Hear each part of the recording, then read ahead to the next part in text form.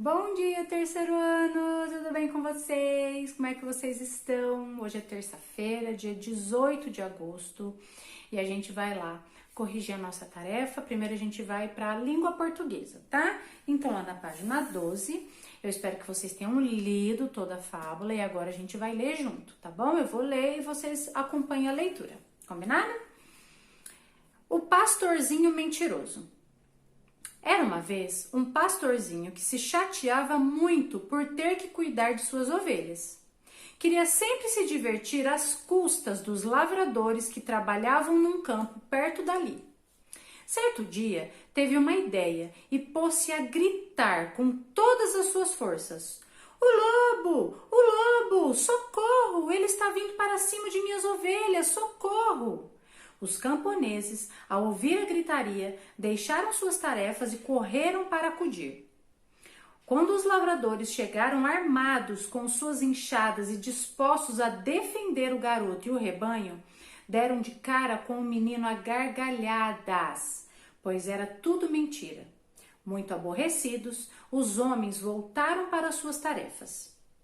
O pastorzinho repetiu a brincadeira várias vezes. Em todas elas, os lavradores interromperam seu trabalho e correram para ajudar. Dias depois, o lobo realmente apareceu e começou a comer as ovelhas, uma a uma. Socorro! O lobo! O lobo! Gritou o pastor apavorado. Desta vez, entretanto, por acharem que se tratava de outra brincadeira, ninguém correu para acudi-lo. O lobo foi comendo as ovelhas do pastorzinho, que, horrorizado, não fez nada para impedir. De todo o seu enorme rebanho, sobraram apenas 2 ovelhas. Por ser mentiroso, o pastorzinho perdeu seu rebanho e chorou amargamente. E aí, gente, o que vocês acharam dessa história? Na sala de aula, teve um dia que eu comentei sobre isso com vocês, né? Que no comecinho do ano a gente tava com um problema de ai, pro, tô com dor de cabeça, ai, pro, tô com dor de cabeça, ai, pro, tô com dor de barriga, ai, pro, ai, pro. Então, às vezes a gente faz isso, né? Às vezes a gente tá cansado, claro que não igual, pelo amor de Deus, né? Igual o pastorzinho, mas às vezes a gente tá cansado, a gente quer ir pra casa e a gente faz o quê? Ao invés de falar a verdade, pro, eu tô cansado, eu queria ir pra casa, ai, não, eu tô com dor de cabeça, ai, eu tô com dor de barriga. E aí vai chegando uma hora que a pro nem acredita mais, porque, né? Toda vez, aí na hora que vai pro recreio, brinca. Só tem a dor de cabeça, a dor de barriga quando tá, principalmente em aula de matemática, né? Começou a aula de matemática, dá dor de barriga, dá dor de cabeça, no recreio ninguém tem dor de nada. Claro que às vezes quando a dor é verdadeira, sim, né? Então a Pro começa a desconfiar, mas será que é verdade? E aí um belo dia essa dor vai ser verdade, mas ninguém vai acreditar, né? Então, isso que aconteceu com ele é muito sério, né? Ele ficou mentindo, tirando sarro das pessoas que queriam ajudar, e quando ele realmente precisou de ajuda, ninguém socorreu, porque acharam que era o quê? Mentira de novo, né? Isso é demais. Então, ó, 2. Que expressão presente no início do texto leva o leitor para o mundo da imaginação? Qual que sempre no começo das histórias, né? Aquela primeira frase que aparece quando a gente já sabe que é um conto de fadas, que é alguma coisa que é do mundo da imaginação, ou quando a gente vai inventar uma história, a gente começa como essa história. Qual é aquela expressão que a gente sempre usa para começar uma história que a gente está inventando, criando e tudo mais? Qual é? Era uma vez. Isso mesmo. Então, a expressão é era uma vez. 3. Sobre esse texto, respondo as questões a seguir. Quem são os personagens? Então, eu tenho ali o pastorzinho, os lavradores e o lobo, ok? B. Onde se passa essa história? Em um campo. Né? A gente já vê que é um campo. Tem um lugar o pastorzinho com as ovelhas, do outro os lavradores. Então, a gente sabe que é um campo, né? C.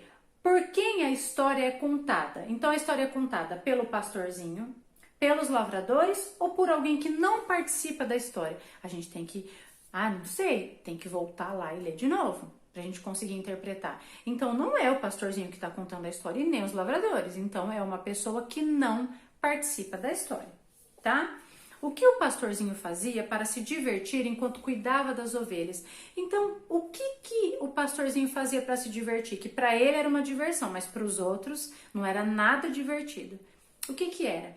Ele enganava os lavradores pedindo socorro somente para vê-los correr para ajudar. E assim rir da situação. Que feio, né, gente? Então era engraçado só pra ele, né? Pra mais ninguém. A Pro fala sobre isso também na sala de aula, né? Quando vocês fazem uma brincadeira com um amigo, o amigo fica chateado, o amigo chora e vocês acham engraçado, começa a rir. E a Pro sempre falou pra vocês que a brincadeira só é brincadeira quando as duas pessoas estão brincando, quando as duas pessoas estão se divertindo. Quando uma só tá se divertindo e a outra tá ficando chateada, se entristecendo, se ofendendo, não é brincadeira mais, pra ninguém. Né? A gente já conversou sobre isso também muitas vezes. Ó, este fato aconteceu uma única vez? Transcreva um trecho que comprove sua resposta. Então, esse fato dele enganar aconteceu só uma vez? O que vocês acham? Vão lá no texto. Não aconteceu só uma vez, aconteceu mais vezes. Então, agora vocês vão transcrever, escrever de novo a frase que comprova que não aconteceu só uma vez. Então, não, o pastorzinho repetiu a brincadeira várias vezes. É isso que vocês vão escrever. O pastorzinho repetiu a brincadeira várias vezes. Assinale X nas alternativas corretas. Os lavradores atenderam a todos os pedidos de socorro do pastorzinho? Eles atenderam a todos até chegar no real. Então, não, eles não atenderam a todos, né? O último, eles não atenderam. Por que eles não atenderam? Porque eles acharam que era o quê? Outra brincadeira, outra mentira do pastorzinho. Então, eles atenderam a todos os pedidos? Não. O último, eles não atenderam, tá? B, qual foi a maior consequência das mentiras do pastorzinho? Qual foi a maior consequência das mentiras que ele fez? Rir muito, não conseguir ajuda ou sempre conseguir ajuda. Então a consequência foi não conseguir ajuda. Na hora que ele mais precisou, na única hora que ele precisou, ninguém foi ajudar, porque ele ficava mentindo todas as vezes, né? C, qual é a finalidade da fábula? Qual é a finalidade da fábula? A gente já falou sobre isso. Convencer o leitor sobre determinado assunto, transmitir valores e ensinamentos, apresentar uma história real. Transmitir valores e ensinamentos, tá? 6, lá na página 14. Escreva uma moral ou escreva uma moral ou um ensinamento para essa história. Então, pessoal, tá? Então, o que vocês acham? Porque não tá escrito lá, né? O que vocês acham? Qual foi o ensinamento que essa história trouxe pra gente? Que a mentira tem perna curta, né? Não devemos mentir, pois perderemos a confiança dos outros. Então, o ensinamento que essa fábula trouxe é: não devemos mentir, pois perdemos a confiança das pessoas, ok? Converse com os colegas e compare a moral ou o ensinamento que vocês escreveram. A gente não tem como comparar, né? Porque a gente tá em casa, a gente tá longe, mas eu espero que vocês tenham entendido essa questão dessa moral, né? Que a gente tem que entender. Aí, quanto mais a gente mente, mais as pessoas não confiam mais na gente, né? Então, a mentira tem perna curta. 7. Releia o final da história. De todo o seu enorme rebanho, sobraram apenas 2 ovelhas. Por ser mentiroso, o pastorzinho perdeu seu rebanho e chorou amargamente. De acordo com esse trecho, é possível dizer que o pastorzinho ficou feliz por ainda ter 2 ovelhas, percebeu que a mentira lhe deu bastante prejuízo ou sentiu orgulho de enganar os lavradores. Então, o que aconteceu com ele no final da história? Ele percebeu que a mentira lhe deu bastante prejuízo, tanto é que ele chorou amargamente, né? Ele se arrependeu do que ele fez. Eu espero que não faça mais, né? Então, agora a gente vai em matemática. Deixa eu achar a página. Lá na página 4.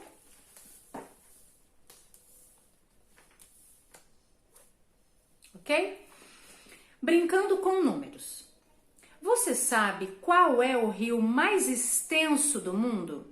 É o rio Amazonas, localizado na região norte do Brasil.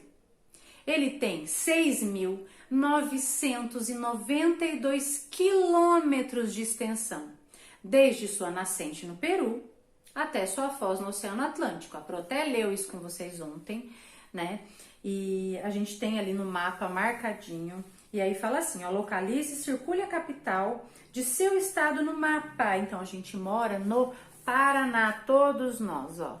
Aqui no Paraná. E aí, vocês vão fazer um círculo em volta, tá? Você mora perto de algum rio de seu município? Se sim, qual?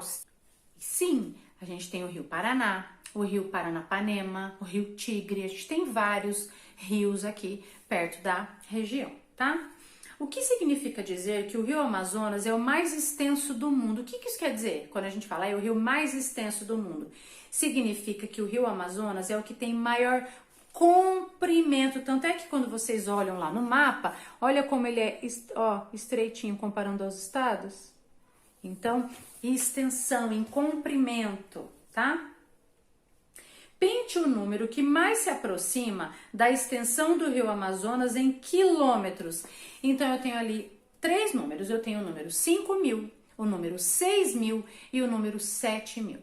E aqui é para você pintar o número que mais se aproxima a qual número? A 6.992, que é a quilometragem do Rio Amazonas.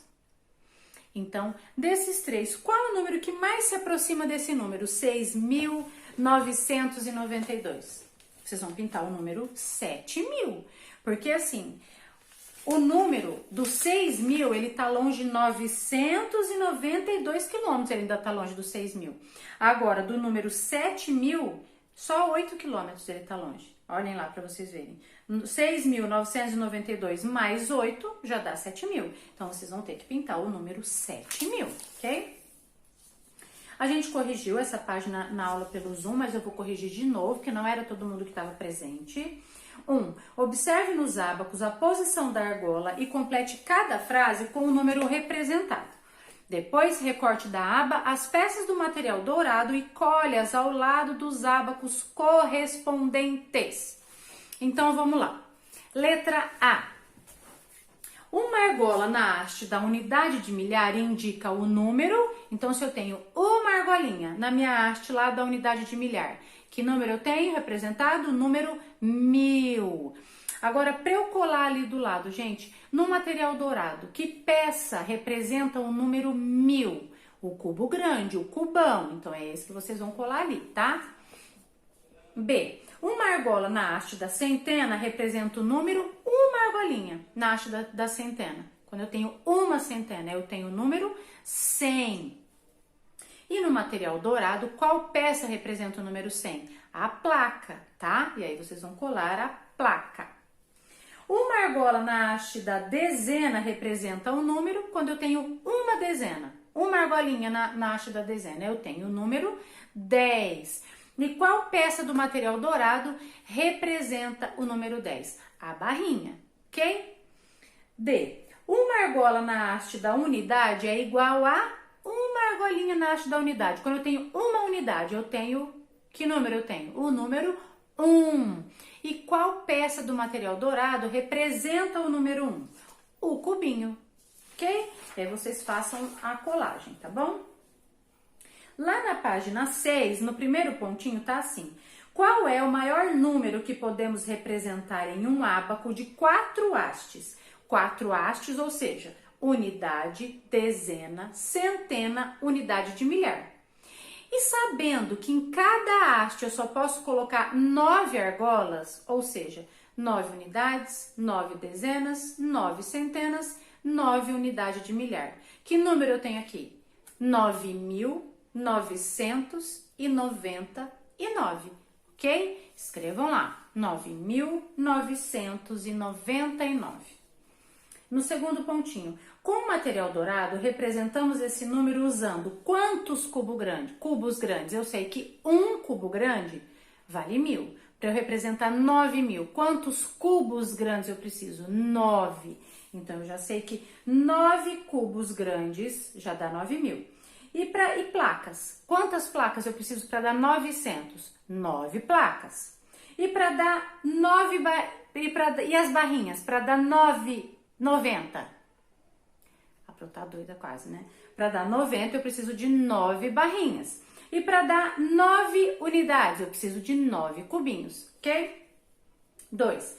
Escreva os números que estão representados nos ábacos abaixo. Então, no primeiro ábaco, eu tenho lá 5 argolas na haste das unidades, 5 argolas na haste das dezenas, 4 na ordem das centenas e 5 na ordem da unidade de milhar. Que número eu tenho aqui? 5.455. E aí vocês vão colocar esse número ali. Quando fala escreva com algarismos, é para você escrever com os números, ok? 5.455. Depois escrita com palavras. De novo, 5.455. No segundo ábaco eu tenho na unidade 7 argolas, dezena 1 argola, centena 4 argolas, unidade de milhar 6 argolas. Então, que número eu tenho representado ali? O número 6.417. Então, coloquem em números e depois com palavras. 6.417. O último ábaco, eu tenho 9 argolas na haste das unidades, 3 na haste das dezenas, 4 argolas na haste das centenas e 8 na haste da unidade de milhar. Que número eu tenho representado ali? 8.439. 8.439, tá? 3. Como a extensão de um rio é muito grande, usamos a unidade de medida quilômetro para representá-lo. Então, o rio é muito grande, não tem como a gente calcular em metro. Tem, mas é muito extenso, então vai ficar um número imenso. Então, a gente calcula por quilômetro, ok? O símbolo de quilômetro é o K e o M, tá bom? Então, sempre quando a gente vai escrever e vai utilizar, a gente pode colocar a palavra quilômetro ou utilizar a sigla, o símbolo KM. Você sabe ler o número que representa a extensão do rio Amazonas? Escreva-o com palavras. Qual é a extensão do rio Amazonas em quilômetro? Ai, eu não sei. Volta na outra página. Se não sabe, tem que voltar lá. Se a gente sabe que tá lá na página 4, que é 6.992, que é para vocês escreverem com palavras. B. Agora represente esse número no ábaco desenhando as argolas. 6.992. Então, eu vou colocar 2 argolinhas na haste das unidades, 9 na haste das dezenas, 9 na haste das centenas e 6 na haste das unidades de milhar, ok? 6.992. Olha lá, o ábaco da Pro. Tá? No exercício 4, tá assim. Os cartões a seguir têm um algarismo cada um. Eu tenho 4 cartões ali, em verde. Cada cartão tem um algarismo. Então, o primeiro é o número 4, o algarismo 4, depois o algarismo 9, o algarismo 6 e o algarismo 8, ok? E agora a gente vai trabalhar com essas cartas, com esses algarismos, tá? Forme os números com 4 ordens solicitados nos itens abaixo, usando sempre todos os cartões. Então, a gente vai ter que usar esses cartões, todos eles, para formar o maior número possível. Então, com esses algarismos que eu tenho ali, com esses cartões, qual é o maior número que eu consigo formar terceiro ano? 9.864. Então, com esses 4 cartões aqui, o maior número que eu consigo formar é o 9.864. Represente esse número no ábaco, agora vocês vão colocar lá. Na unidade, 4 argolas. Na dezena, 6 argolas. Na centena, 8 argolas. E na unidade de milhar, 9 argolas. Desenhem lá, olha aqui o da Pro. B. 2 números que tenham o algarismo 9 na ordem das centenas. Então, agora, vocês vão escrever aqui 2 números, tem várias possibilidades, tá? Mas eu quero 2 possibilidades com o algarismo 9 na ordem das centenas. Há várias. Por exemplo, 8.946, 6.948, 6.984. Tem tem várias, é para colocar só duas, tá? No pontinho, complete a frase usando esses dois números. Então, agora vocês vão completar a frase usando esses dois números que vocês escreveram aqui, que o 9 está na ordem da centena. O número, aí, por exemplo, eu usei 8.946 e 8.964. Para eu preencher a minha frase, eu tenho que fazer assim. O número, tá aqui que é maior. Qual é o número que é maior? Ah, tá, então eu já sei. É o 8.964. É maior do que o número 8.946. Mas vocês vão fazer com o número que vocês colocaram aí, tá? C.